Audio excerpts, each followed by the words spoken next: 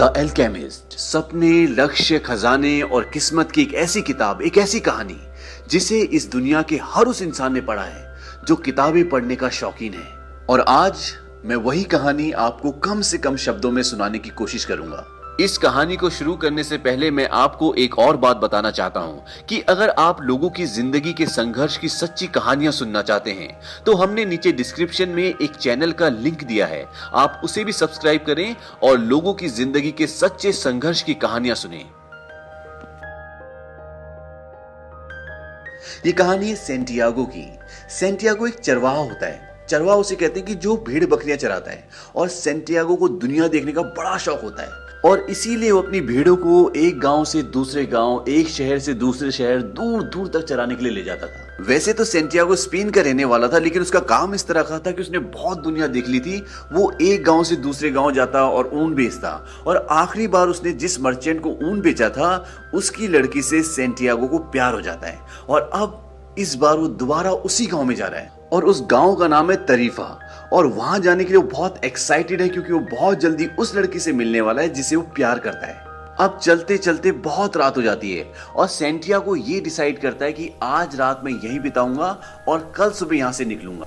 तभी उसे एक चर्च दिखता है और उस चर्च के अंदर एक चिनार का पेड़ भी होता है। तो सबसे पहले सेंटियागो अपनी सारी भीड़ों को सेफ रखता है और उसके बाद उस चिनार के पेड़ के नीचे सो जाता है। और सोने के बाद उसे एक सपना आता है कि एक बच्चा आया, उसकी भीड़ों के साथ खेलता है और उसके बाद उसका हाथ पकड़ता है और मिस्र के पिरामिडों के पास ले जाता है और बोलता है कि ये रहा तुम्हारा खजाना। और इसके बाद सेंटियागो की नींद खुल जाती है। और ये सपना आज उसे पहली बार नहीं आया, ये सपना उसे कई बार आ चुका है। अब अगले दिन सेंटियागो बड़ा बेचैन रहता है क्योंकि एक ही सपना बार बार आने का कुछ तो मतलब होगा। तभी उसे याद आता है कि जिस गांव वो जा रहा है वहां पर एक औरत है जो सपनों का मतलब बताती है। अब सेंटियागो उस औरत के पास जाता है और बोलता है कि मुझे बार बार एक खजाने का यही सपना आता है। तो वो औरत बोलती है कि ठीक है, मैं तुम्हारे सपने का मतलब तुम्हें बता दूंगी, लेकिन तुम्हें अपने खजाने में से 10% मुझे देना पड़ेगा। सेंटियागो बोलता है ठीक है, दे देंगे।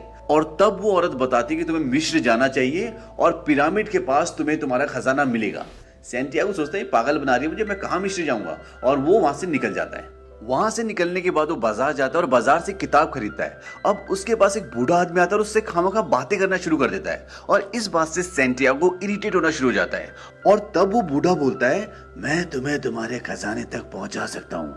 सेंटियागो सोचता है कि जरूर इसको उसी औरत ने भेजा है जिसके पास से मैं अभी अभी आ रहा हूं, यानी कि जो सपनों का मतलब बताती है, क्योंकि उसने मुझसे फीस तो ली नहीं, अब इस आदमी के थ्रू मुझे बेवकूफ बना रही है। तभी वो आदमी बोलता है मेरा नाम मेल्किसेदेक है और मैं सेलेम का किंग हूँ। मुझे घूमने का शौक है और इसीलिए मैं भेष बदल कर घूमता रहता हूँ। और इसके साथ साथ वो उसको ऐसी सी बातें बताता है जो उसने कभी किसी को नहीं बताई होती। और वो बूढ़ा आदमी बोलता है मैं तुम्हें खजाने का पता बता सकता हूँ, लेकिन तुम्हें मुझे अपनी भीड़ों का 10वां हिस्सा देना होगा। सुनो बच्चे, जब इंसान जवान होता है तो उसे अपनी मंजिल का पता होता है और वो सपनों को देखना और उन्हें पूरा करने से नहीं डरता। पर जैसे जैसे वक्त बीतता है, उम्र बढ़ती है, तो नेगेटिव पावर इंसान को घेर लेती है और उसे हर काम मुश्किल और नामुमकिन लगता है। पता है, जब तुम किसी चीज को पूरे दिल से चाहते हो तो वो तुम्हारी जिंदगी का मिशन बन जाता है। फिर वो दुनिया घूमना हो, उस मर्चेंट की बेटी से शादी करना हो, या फिर खजाना ढूंढना। जब तुम किसी चीज को सच्चे दिल से चाहते हो तो पूरी कायनात उसे तुमसे मिलाने की कोशिश करती है।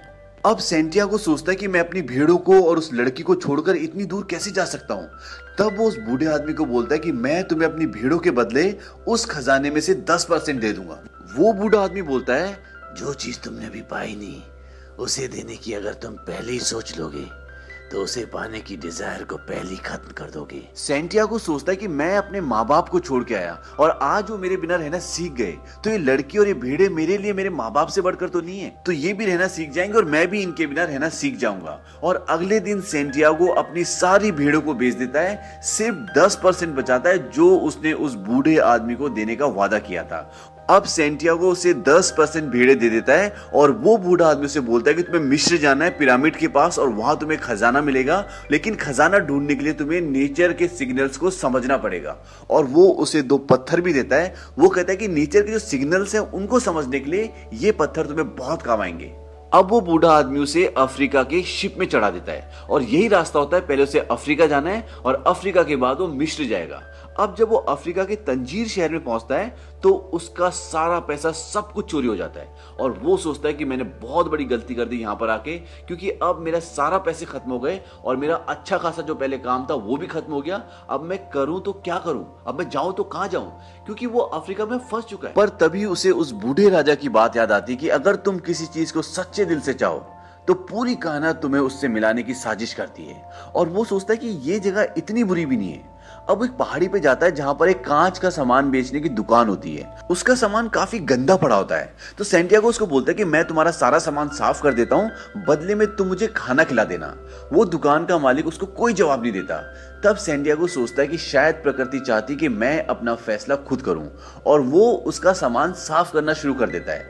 अब इसके बाद वो दुकान का मालिक उसे खाना खाने के लिए बाहर ले जाता है और बोलता है कि शायद तुम्हें काम की जरूरत है तो तुम मेरे पास काम कर लो। अब वो बोलता है कि ठीक है, मैं आपके पास सिर्फ एक ही रात काम कर पाऊंगा और बदले में तुम मुझे यहाँ से मिस्र जाने तक के पैसे दे देना। वो दुकान वाला हंसता और बोलता है कि अगर तुम 1 साल तक भी यहाँ पे काम करोगे ना तो भी शायद तुम इतना पैसा इकट्ठा ना कर पाओ। अब सैंटियागो सोच में पड़ जाता है और वो सोचता है कि ठीक है, मैं इस दुकान में काम कर लेता हूँ और इतना पैसे इकट्ठा कर लूंगा कि वापस अपने देश स्पेन में चला जाऊं और कुछ भेड़े खरीद लूं। और ये सोचकर वो उस दुकान में काम करने का फैसला कर लेता है। अब उनकी दुकान बहुत ऊपर पहाड़ी पर होती है, तो सैंटियागो देखता है कि वहां तक आने में लोग थक जाते हैं और वहां पर आसपास खाने पीने की कोई भी दुकान नहीं होती।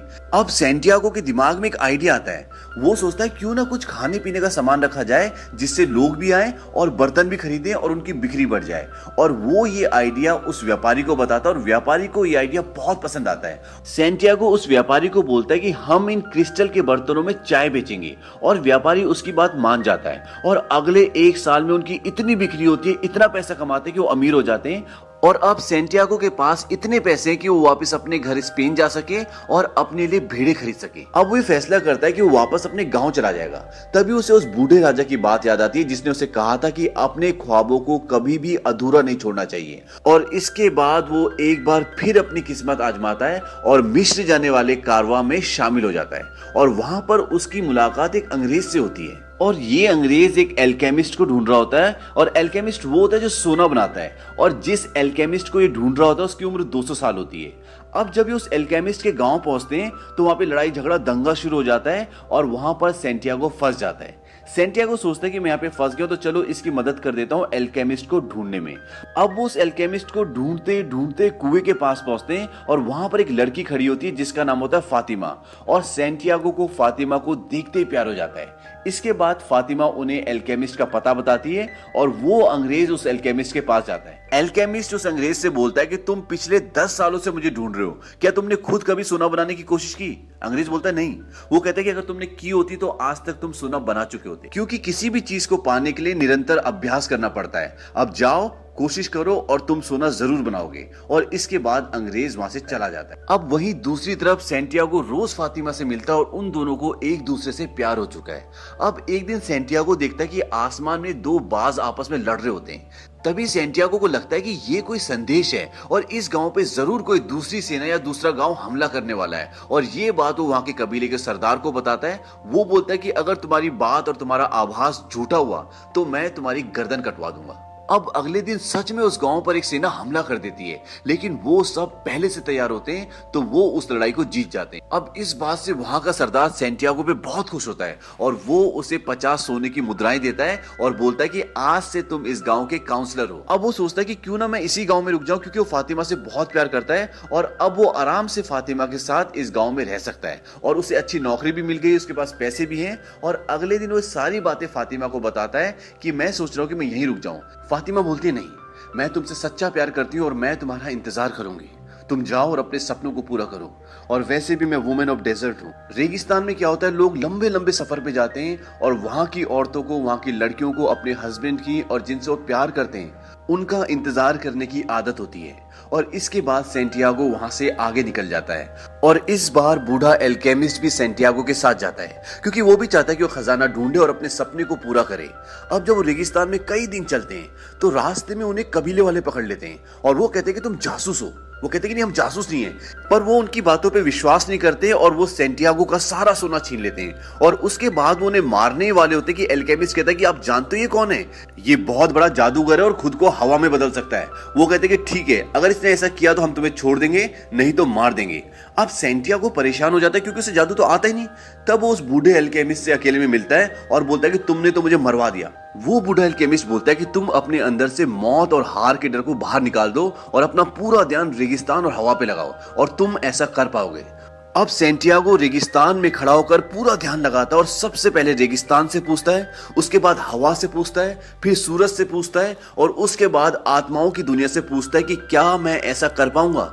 तभी सेंटियागो को एक कोड़ा लगता है और वो वहां से गायब होकर दूसरी जगह प्रकट होता है। और ये देखने के बाद वो लोग उन्हें छोड़ देते हैं और अब वो वहां से आगे निकल जाते हैं। और कुछ दिन सफर करने के बाद वो लोग एक सन्यासी के यहाँ पहुंचते हैं। और जब वो सन्यासी के वहां पहुंचते हैं तो वो एल्केमिस्ट जो होता है वो उसके घर में तांबे से सोना बनाता है और उसके 4 टुकड़े करता है। और उन 4 टुकड़ों में से वो एक टुकड़ा सेंटियागो को देता है, एक टुकड़ा अपने पास रखता है और 2 टुकड़े सन्यासी को देता है। और उसे ये बोलता है कि जब सेंटियागो पिरामिड से वापस आ जाएगा तो इन 2 टुकड़ों में से एक टुकड़ा सेंटियागो को दे देना। और उसके बाद वो एल्केमिस्ट वहां से चला जाता है और अब सेंटियागो आगे का सफर तय करता है। और कुछ दिन सफर करने के बाद वो फाइनली पिरामिड्स के पास पहुंच जाता है जहां पर उसका खजाना है। और वहां पहुंचने के बाद वो खुदाई शुरू कर देता है। तभी वहां पर कुछ लुटेरे आ जाते हैं और वो सेंटियागो को पकड़ लेते हैं और उसके पास जो सोने का टुकड़ा होता है वो उससे वो भी छीन लेते हैं। और उन्हें लगता है कि ये जो खुदाई कर रहा है इसे सोने का टुकड़ा यही मिला है। तब उनका जो सरदार होता है वो सेंटियागो को मारने लगता है और बोलता है कि हमें अपना सारा सोना दे दे।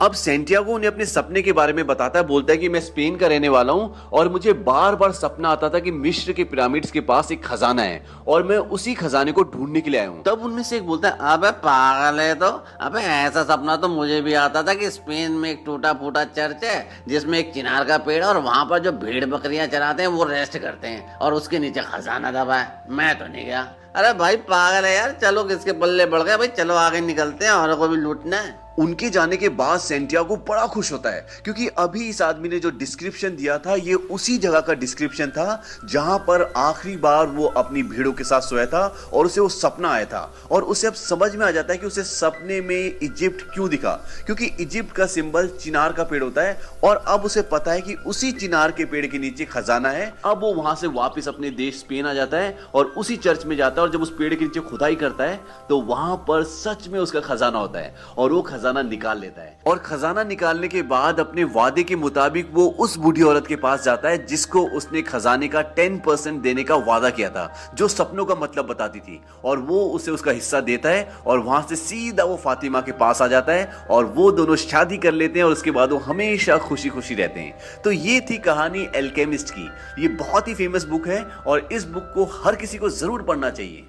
एल्केमिस्ट किताब से जो कुछ चीजें हमें सीखने को मिलती हैं वो इस प्रकार है, जब तुम पूरे दिल से किसी चीज को पाना चाहते हो तभी तुम उस विश्वास के सबसे नजदीक होते हो और वो शक्ति सदैव सकारात्मक होती है। कुछ भी सीखने का एक ही तरीका है और वो है कर्म। जब तुम सचमुच किसी चीज को पाना चाहते हो तो संपूर्ण सृष्टि उसकी प्राप्ति में मदद के लिए तुम्हारे लिए षड्यंत्र रचती है। यानी कि जब तुम सचमुच किसी चीज को पूरे दिल से पाना चाहते हो तो उसके लिए पूरी कायनात आपकी मदद करती है। इस दुनिया में एक ही चीज है जो किसी भी सपने को पूरा होने से रोकती है और वो है असफलता का डर। इंतजार करना कष्टदायक है, भूलना कष्टदायक है, लेकिन ये ना जानना कि इनमें से क्या करे सबसे अधिक कष्ट पहुंचाने वाला है। जीवन में जो साधारण चीजें होती हैं वही सबसे असाधारण होती हैं और केवल बुद्धिमान लोग ही इन्हें देख सकते हैं।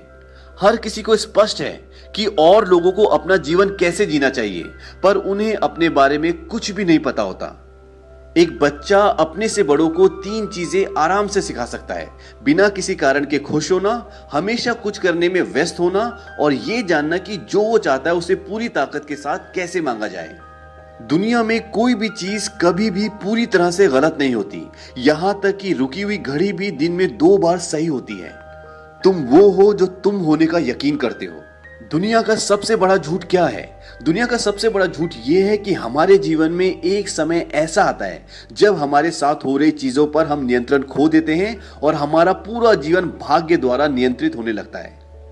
मैंने जिंदगी में बहुत कुछ मिस किया और वो सिर्फ इसलिए क्योंकि मैं मिस करने से डरता था।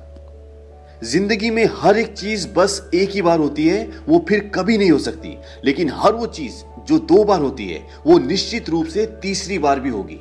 बुद्धिमान सिर्फ इसलिए बुद्धिमान है क्योंकि वो प्रेम करते हैं। मूर्ख सिर्फ इसलिए मूर्ख है क्योंकि वो सोचते हैं कि वो प्रेम को समझ सकते हैं।